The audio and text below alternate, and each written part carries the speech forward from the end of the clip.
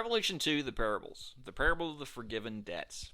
This parable is told in Luke, and it's probably one of my favorite of Jesus' stories. Diversity of thought creates a marketplace of ideas that allow us to grow. Now, usually this is a positive thing, although that's not always the case in regard to religion. For example, spirituality is blatantly subject to interpretation, leaving much open to vivid discussion. However, diversity in regard to religion has often created a dangerous mindset of I'm right and subsequently loved by God, and you're wrong and not loved by God. Well, when that kind of elitism emerges, two things happen. One, religion becomes a bludgeon used to prove a point or support a personal opinion. Second, loyalty to a certain interpretation creates fervent desire to cling to that understanding while adopting a legalistic mindset toward that interpretation.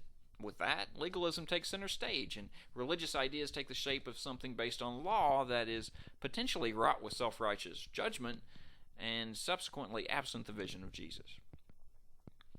The parable of the forgiven debts was occasioned by an invitation to a banquet that was extended to Jesus by a Pharisee named Simon. It's a story that showcases the direction humanity goes when religion becomes the controlled jurisdiction of a select group. Now, I realized this when reading a particular explanation of the parable by Henry Haley in Haley's Bible Handbook. His writing seemed to have been written by Simon himself.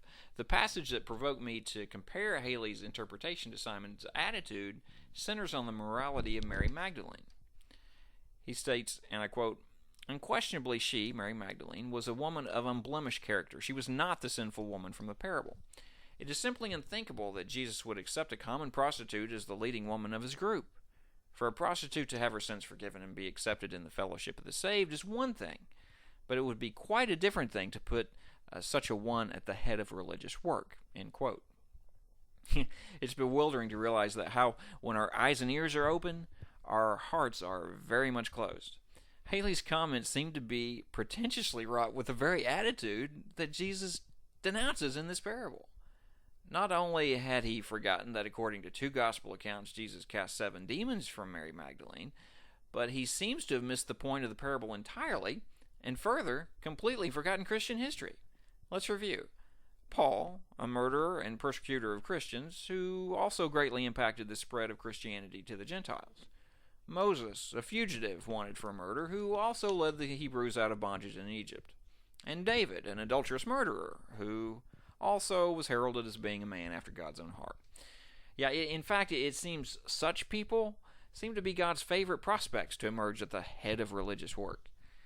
Perhaps God doesn't choose based on man's ideas of worthiness, but because of an impoverished and compassionate heart that so often accompanies those deemed by their peers as being unworthy.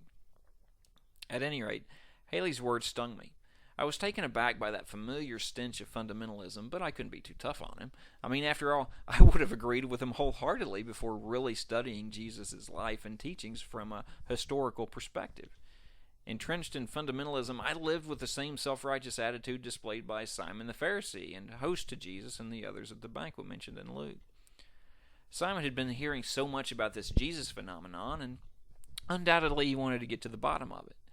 If Henry and I could have attended this banquet, we too would have probably been wondering what Jesus' reaction would be to this well-known sinful woman. The woman had arrived to observe the feast, which was more than common in those days. However, she did more than just show up. This woman brought an alabaster flask of perfume. She stood behind Jesus and wiped his feet with her tears while applying this oil. Considering the woman's background, these actions caused quite a stir with Simon, as well as the other observers. Actually, according to the story, Simon was thinking, this man, if he were a prophet, would know who and what manner of woman this is who is touching him, for she is a sinner. After all, in their culture, this woman was considered unclean and therefore untouchable.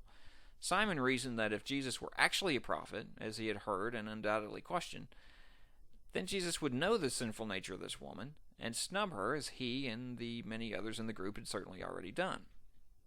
There's much more to this chapter, and if you are interested in reading the rest of the chapter, just send an email to info@thecompassionrevolution.net, and we will email it to you. Or the book is also available online at Amazon.com or BarnesandNoble.com. Thanks.